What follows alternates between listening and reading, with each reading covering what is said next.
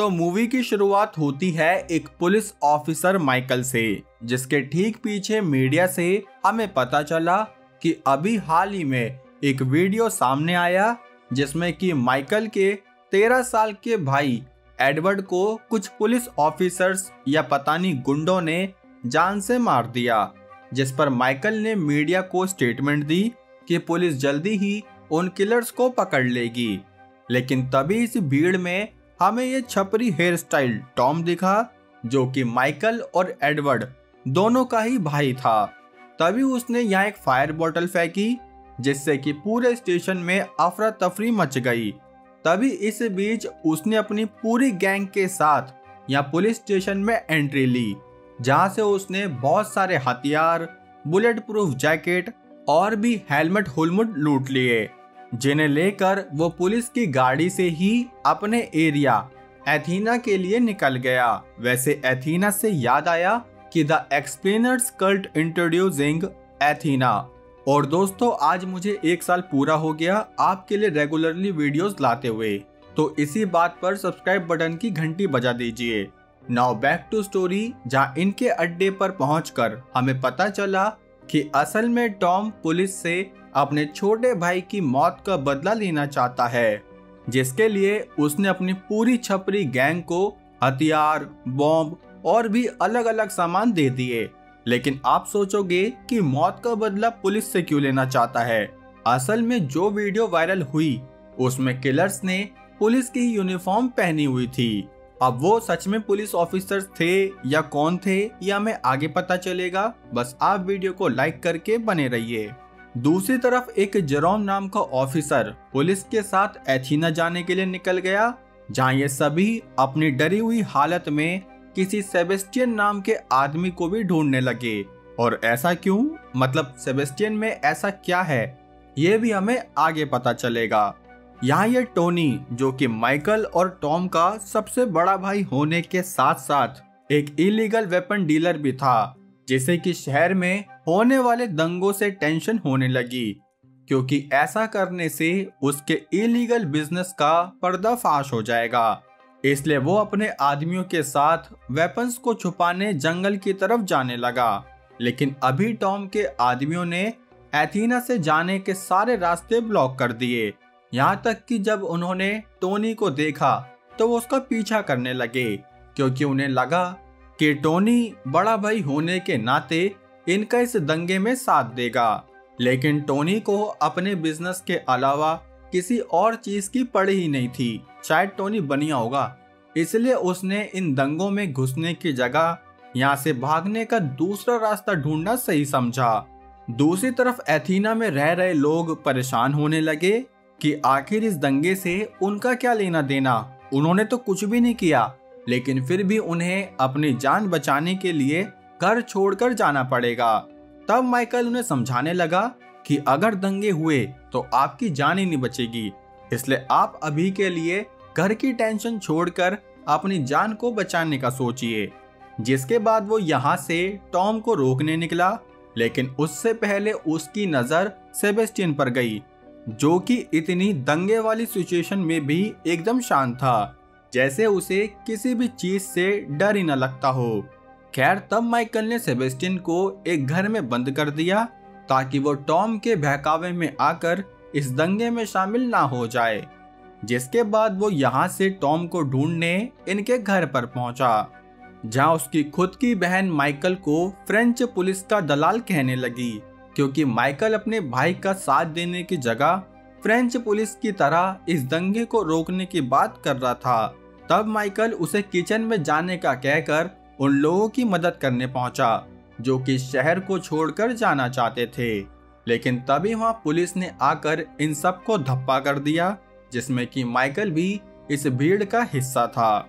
यहाँ टॉम अपनी gang set करने लगा कि हम कैसे कैसे इन पुलिस वालों से बदला लेंगे, जिसमें कि ये काफी ऊंचाई से भारी भारी सामान नीचे पुलिस पर फेंकने लगे, जिसके बदले में पुलिस ने इन पर टीयर गैस फेंकी। लेकिन इसका उन पर कोई असर नहीं हुआ, बल्कि जब टॉम को पता चला कि असल में पुलिस दूसरे ब्लॉक से एथीना में घुसने की कोशिश कर रही है, तो ये सुनकर वो डायरेक्ट पुलिस से लड़ने पहुंचा। जहां उसने अपनी गैंग के साथ मिलकर पुलिस को पीछे धकेल दिया। यहाँ रात होते ही एक ऑफिसर ब्लैक ने माइकल की हथकड़ी खोल दी, क्योंकि वो तो खुद एक ऑफिसर था। खैर तब ब्लैक ने माइकल से मदद मांगी कि तुम कैसे भी करके अपने भाई को रोक दो, वरना पुलिस आर्मी की हेल्प लेकर एथेना सिटी में घुस जाएगी। दूसरी तरफ टॉम अपनी गैंग का ब्रेन वॉश करने लगा कि हम कोई भी बुरा काम नहीं कर रहे, अरे हमें तो सिर्फ कैसे भी करके उस पुलिस वाले का नाम पता करना है जिसने हमारे भाई मतलब मेरे भाई को मार डाला। देख रहे हो उसका कमजोर दिमाग। खैर तब पता है टॉम ने मीडिया का भी विश्वास नहीं किया कि असल में उसके भाई के किलर्स पुलिसमैन थे ही नहीं। उल्टा उसने प्लान किया कि अब वो एक पुलिस ऑफिसर को ही किडनैप कर लेंगे, ताकि फिर पुलिस उस किलर का सही नाम बताने पर मजबूर हो जाए। तभी यहाँ पुलिस ने जबरदस्ती एथेना में घुसना शुरू किया, जहाँ टॉम के आदमी उन ऑफिसर्स पर रॉकेट छोड़ने लगे कि आओ आओ ना। लेकिन तब भी कुछ ऑफिसर्स ने एथेना में घुसकर छपरी जनता की सुताई शुरू करी।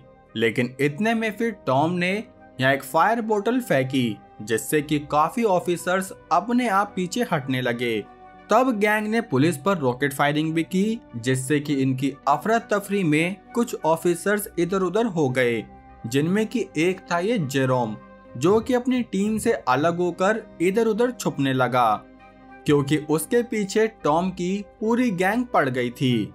लेकिन फिर भी वो जैसे तैसे अपने कपड़े चेंज करके यहाँ से निकला ही था कि तभी दूसरी तरफ ब्लैक और माइकल ने एक वीडियो में देखा कि टॉम ने जेरोम को बंदी बना लिया है, जहां उसने डिमांड करी कि जल्दी उस किलर को पकड़कर फांसी की सजा दो, वरना मैं इस जेरोम की सांसें जीरो कर दूंगा। तब माइकल टॉम को रोकने एथेना में एंट्री लेने लगा, जो कि उसे आराम से मिल भी गई, क्योंकि वो टॉम का भाई था। तब वो यहाँ से सीधा उसके पास पहुंचा, जहां उसने टॉम को समझाते हुए कहा कि तुम्हें ये दंगे रोक देने चाहिए। लेकिन टॉम ने उसकी एक नहीं सुनी, क्योंकि उसके हिसाब से ये गवर्नमेंट और पुलिस कभी इनके भाई के मर्डर्स का नाम नहीं बताएगी। तब माइकल ने उससे पूछा कि अगर तुम्हें नाम पता चल भी गया तो भी हमारा भाई तो वापस नहीं आने वाला ना। और ये कहकर उसने टॉम को अपने गले से लगा लिया।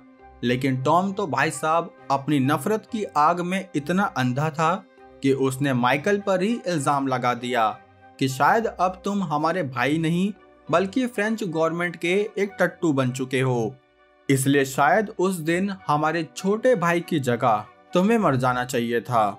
ये सुनकर माइकल जेरोम को यहाँ से ले जाने लगा, जहाँ टॉम की गैंग उन्हें रोकने के लिए उन पर रॉकेट्स छोड़ने लगी। लेकिन इसी बीच इस गैंग की पुलिस से भी भिड़ंत हो गई।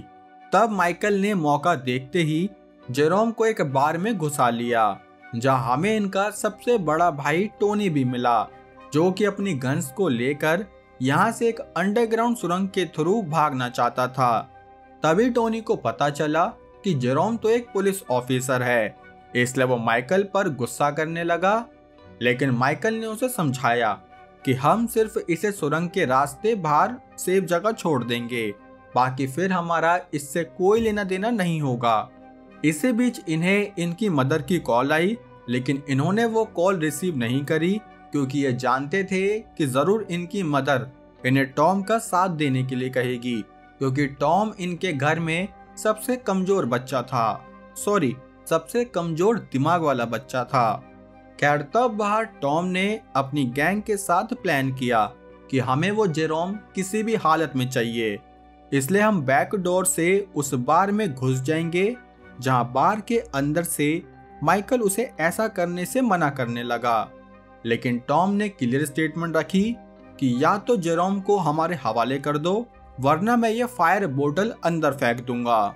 लेकिन इतने में यहाँ पुलिस भी पहुंच गई, जो टॉम से उस बोतल को नीचे रखने के लिए कहने लगी। लेकिन टॉम तो उल्टा वो बोतल पुलिस पर ही फेंकता कि इतने में पुलिस ने उस पर शूट करके फायर बोतल से खुद टॉम में ही आग लगवा दी। तब ये देखकर माइकल को बहुत गुस्सा आया कि उसने कुछ ही दिन में अपने 2 भाइयों को खो दिया, और उसकी वजह सिर्फ ये पुलिस वाले थे। इसलिए उसके मन में भी पुलिस के खिलाफ नफरत जाग गई, और नफरत भी इतनी कि अब उसने इस दंगे में टॉम की जगह लेने का प्लान किया। इसलिए वो यहाँ से सीधा जेरोम के पास पहुंचा, जिस बीच उसे ब्लैक ने फोन करके इन्फॉर्म किया कि भाई जिन लोगों ने टॉम पर गोली चलाई असल में वो पुलिस ऑफिसर्स है ही नहीं। तब ये सुनकर माइकल को बहुत गुस्सा आया, इसलिए उसने तभी के तभी अपनी गैंग से जेरोम को ऊपर ले जाने के लिए कहा और यहाँ से सीधा सेबेस्टियन के पास पहुंचा। हाँ दोस्तों, वही सेबेस्टियन जिससे पुलिस को काफी डर लगता है। खैर तब इन्होंने सेबेस्टियन से एक वेपन सेफ खोलने के लिए कहा, जहाँ ब्लैक ने उसे दोबारा कॉल करके समझाना चाहा, लेकिन इस वक्त माइकल ने भी सेम डिमांड रखी कि अगर हमें उस किलर का नाम नहीं पता चला तो ये जेरोम नहीं बचेगा। या सेबेस्टियन ने अपनी बॉम्ब बनाने की स्किल से उस सेफ को खोल दिया, जिसमें कि इन्हें बहुत सारे हथियार मिल गए। तब सेबेस्टियन ने सबको ऑर्डर दिया कि अब वक्त आ गया है कि तुम लोग पूरी बिल्डिंग में सिलेंडर खोलकर डाल दो। जिस बात से हम समझ गए कि क्यों पुलिस ऑफिसर्स की सेबेस्टियन के नाम से ही लुप होती है, क्योंकि वो शांत रहकर भी एक तूफान लाने का दम रखता है। यहाँ आधी रात ब्लैक ने फिर से माइकल को फोन किया कि भाई प्लीज ये जंग यहीं रोक दे, क्योंकि जिन लोगों ने तुम्हारे भाई को मारा वो असल में पुलिस ऑफिसर थे ही नहीं। तब ये सुनकर माइकल को बहुत गुस्सा आया कि मुझे नहीं पता वो ऑफिसर थे या नॉर्मल सिटीजन, मुझे बस वो आदमी चाहिए, जो कि ब्लैक इतने कम टाइम में कैसे भी नहीं ला सकता था। इसलिए तब माइकल ने अपनी नफरत की आग में जेरोम को उड़ाने का प्लान किया, जहां उसने बिना सोचे कॉल पर ही शूट कर दिया। लेकिन उसने जेरोम को नहीं, सिर्फ दीवार को शूट किया, क्योंकि अभी भी उसमें थोड़ी सी इंसानियत बची थी। इसलिए उसने जेरोम को यहाँ से जाने दिया, जिसके बाद वो बिल्डिंग में ही रहकर सोचने लगा कि आखिर ये क्या हुआ, कैसे उसकी हंसती खेलती फैमिली एक गलत फहमी या कहो नफरत का शिकार बन गई। तभी जेरोम और सारे गैंग मेंबर्स अपने कपड़े उतार कर बिल्डिंग से बाहर आ गए, क्योंकि अब उनके पास कोई हथियार नहीं बचे। इसलिए उन्होंने पुलिस के सामने ही सरेंडर कर दिया।